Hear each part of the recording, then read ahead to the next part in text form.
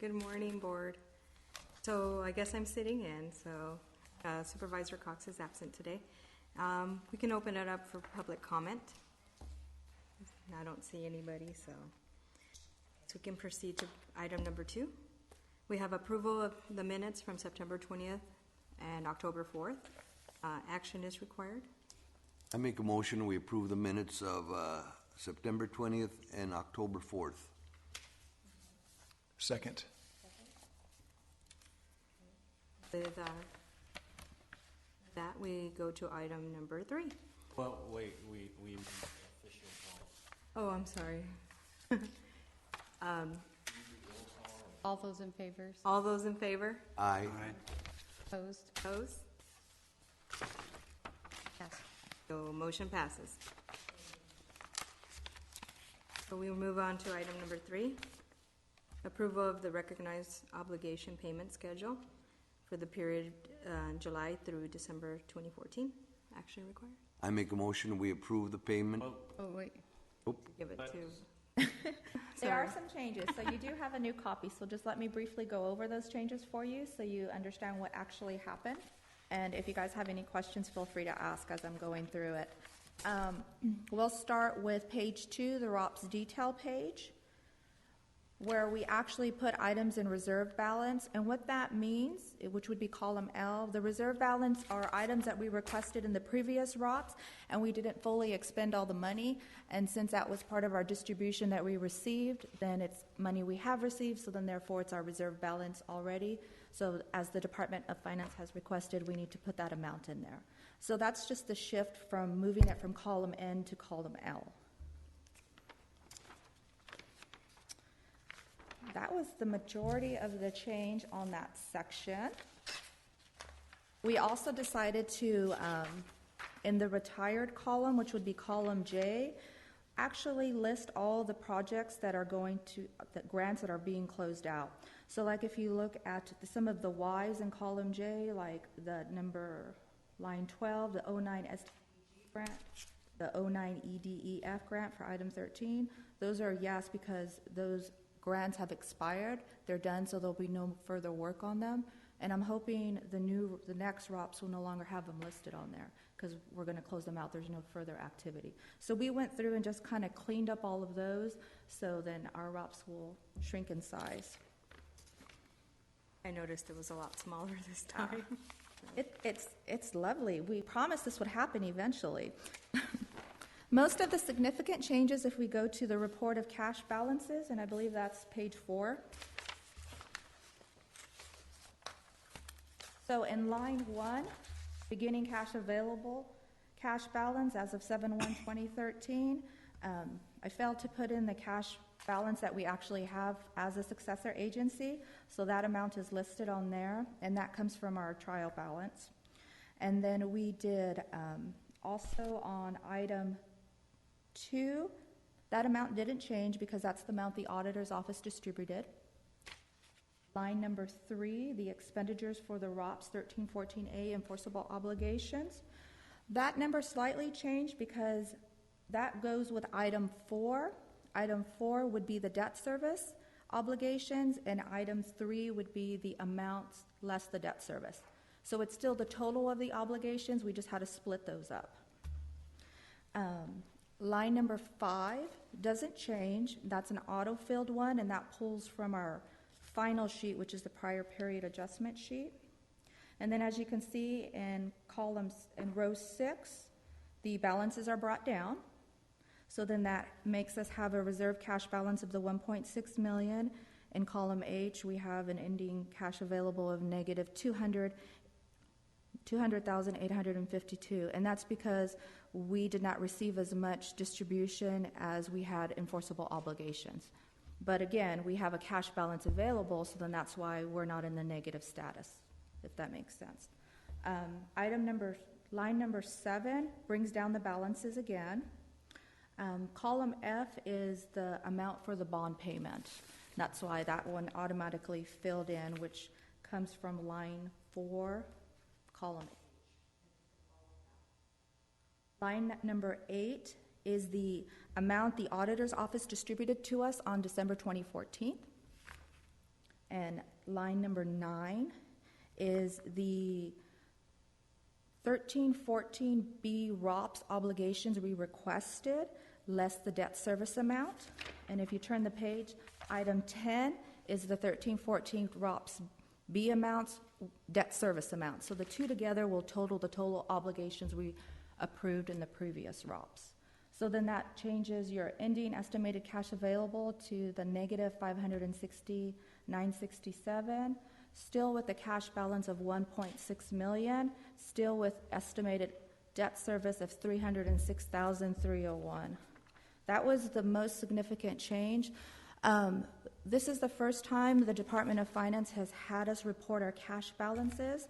And since we've completed all the due diligence review processes and we've gone through that and paid back any money that the redevelopment agency didn't have committed, then now they're saying, okay, now you have X amount of cash available. You need to let us know how much money you have in your fund.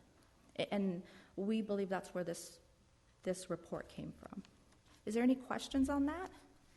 So what's the net cash available? Is it the net of the 3 on the last page? It would be the net of the 1.6, yes, and the 560,000.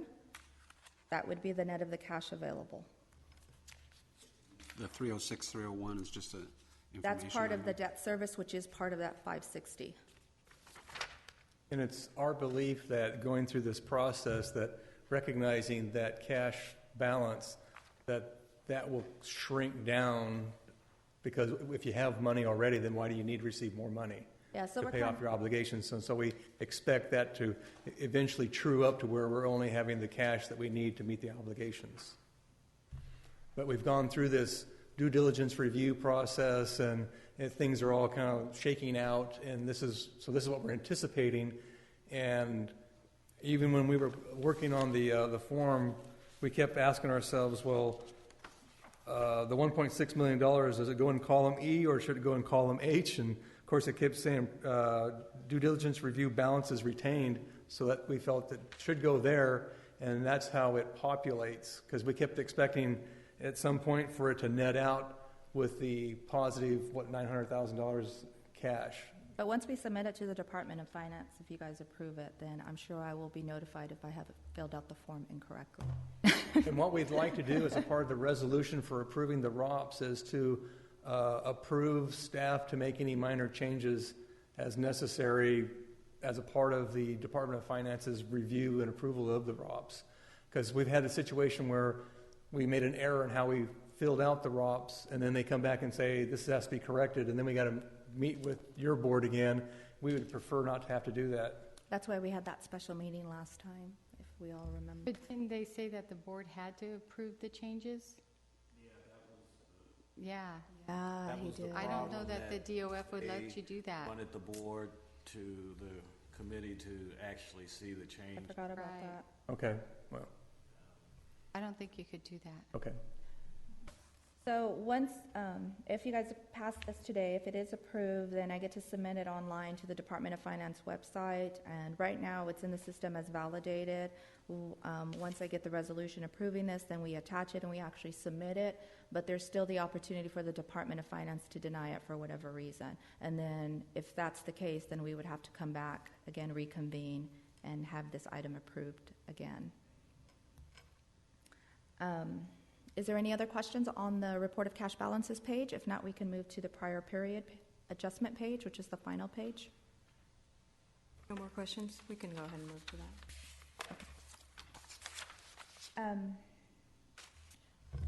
Let me look at my notes. Good. We've provided you with a hard copy that's enlarged and so you can read that last page, because I know for myself that this print was pretty small on the Oh, yeah, so that's what handout. this page is. If you guys see that, this is the actual last page, so we can read the numbers. So on this one, we just made some minor adjustments, going back to what the Department of Finance had advised us in the previous ROPS of putting the employee cost and the county council cost all together, because county council costs are still part of successor agency employees, so they wanted all of those items grouped together, which would be line 21. So that was a change. That's the insurance cost, but it's line 27, that's the employee cost. Employee costs, I'm sorry, line 27. And then there was a couple of items that were removed off of here that have zero balances, which is the item number, I should go to the bigger one. Item number 22, Goshen Community Improvement. That was the item that the Department of Finance denied on the previous ROPS and only let us pay the $7,700. So going forward, we're not allowed to have any more enforceable obligations. So then that actual expense that we had, we've zeroed out because it's not a legitimate expense for a successor agency to have. On item number 3,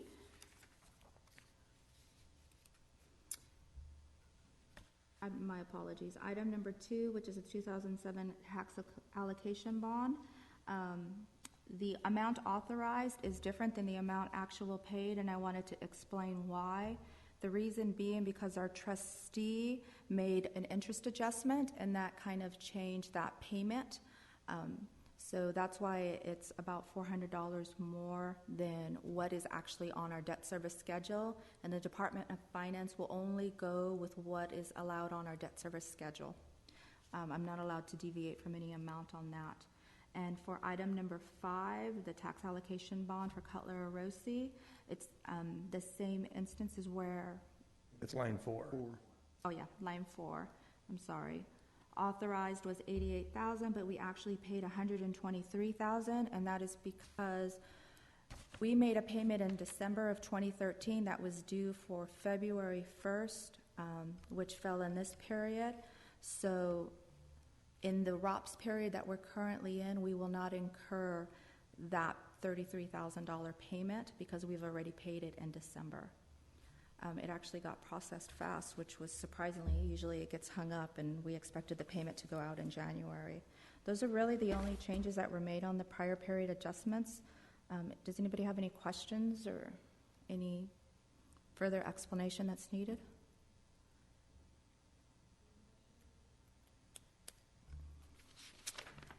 Have anything else? I just wanted to kind of sum up that if you look over the list, we have 38 enforceable obligations originally, and that now only 15 of those remain. And of those 15, 9 of them are the long-term debt service associated with Cutler Rossi, Rich Grove, and Goshen. And so those are the ones that will go on for several years unless there's a accelerated payoff, in which we will continue to see if that's possible. But that adds up to, if you take a look at both ROPS periods, that for a full year runs about $400,000 a year. And then 5 of them, of that at 15, will be retired this calendar year. You know, they're the ones that are the matches to grants that, as you can see, those are coming off the list. And so we have 5 more that we expect to come off the list, and certainly by the end of this next ROPS period.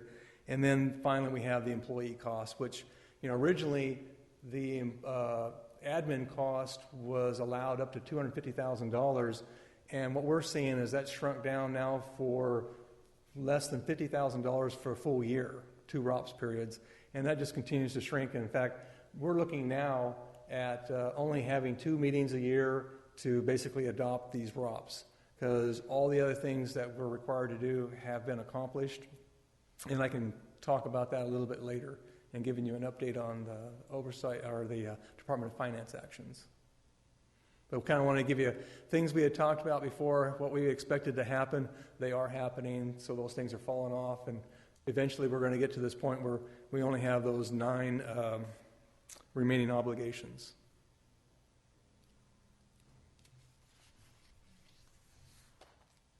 So anybody else have any more questions? Just, do you have any idea whether they're going to allow you to accelerate the debt payments? Any feel? They won't allow us to accelerate the debt payments as they are right now because I have to have enough cash available to pay an entire bond out. And since we don't have enough cash available to do that and maintain our current obligation, that's not an option. We can, because I've tried to do it with 2 tax increments and have the money sitting there, but the Department of Finance has said that they'll just take it away in the next increment. So then I'll lose that availability.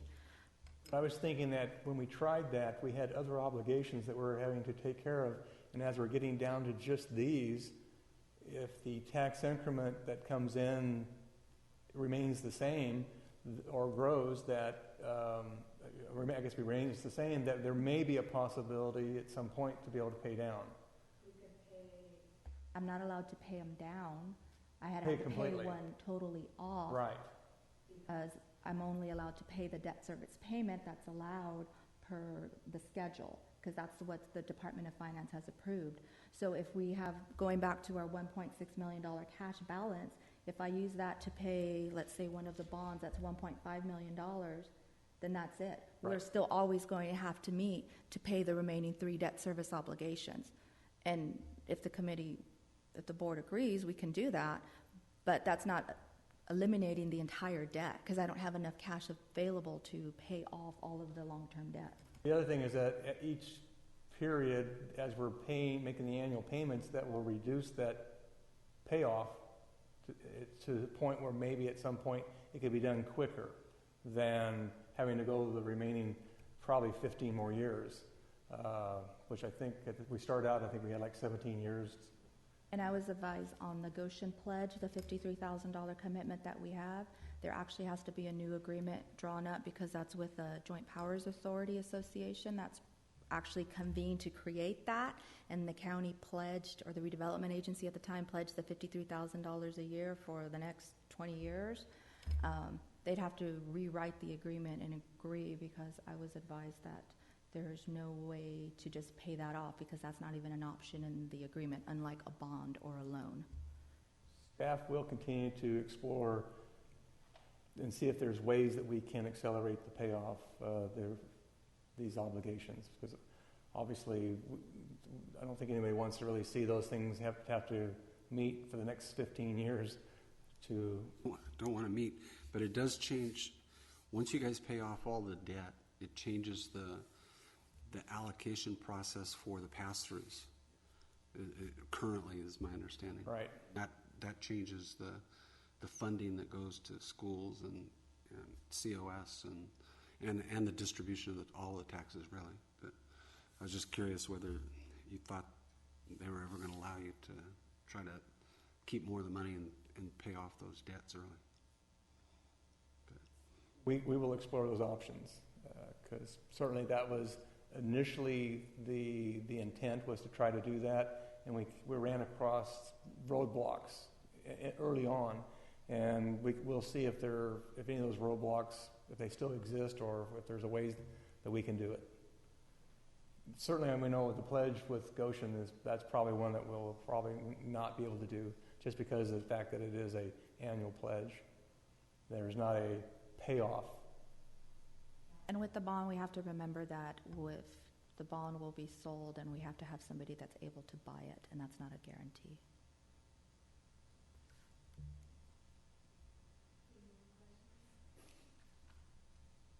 Somebody like to move to approve item number 3? I make a motion, we approve item number 3. Second? All those in favor? Aye. Those opposed? Seeing none? Motion passes. We go on to item number 4, oversight discussion items, requests for future agenda items. No action is required for this. Do you see us coming back anytime soon? Well, the next meeting would be for the adoption of the next ROPS, which I think would be in, September? September. It would be due in October. But I did want to give you an update on, back in September, your board approved the transfer of the Goshen Ponding Basin to the county on September 20th.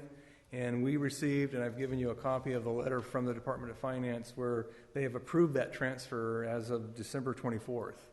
And also, your board approved the long-range property management plan also on September 20th.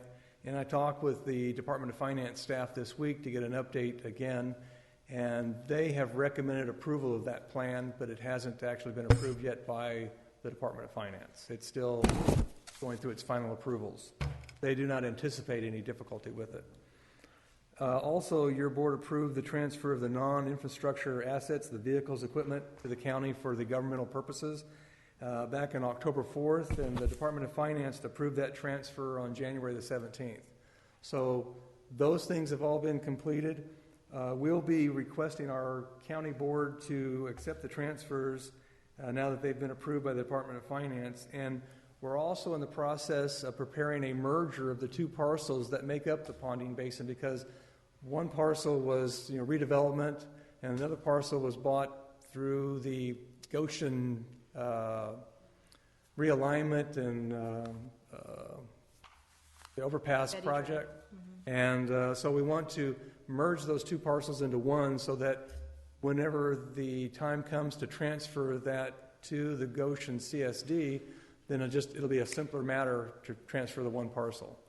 So that's something that the Public Works staff is going to be pursuing. With that, right now there's really nothing else to report. Everything's been done that was required to be done, and all it remains now is the approval of the ROPS every 6 months. I do want to just add in that I think last time I had mentioned that we had a state controller audit with the dissolution of redevelopment, the asset transfer activity that we had, and I'm not quite sure if I emailed it out to everybody, but we did receive our report back, and they found no findings. They found all the transfers that we did were approved and acceptable, so there was no issues or no errors from the state controller's part. No fines or penalties were discovered. So yay, that is done. And I'll be sure to email that to Michelle so you guys can have it. Cute little report that took me 3 weeks. Other than the accelerated payoff of the obligations, are there any other things that your board would like to see in the future?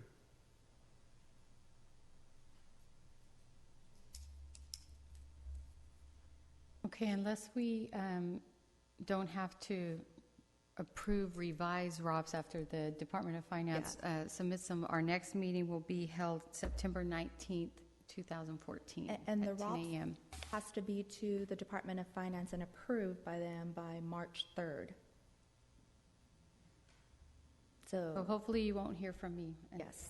It's at 10 a.m.? 10 a.m., yes.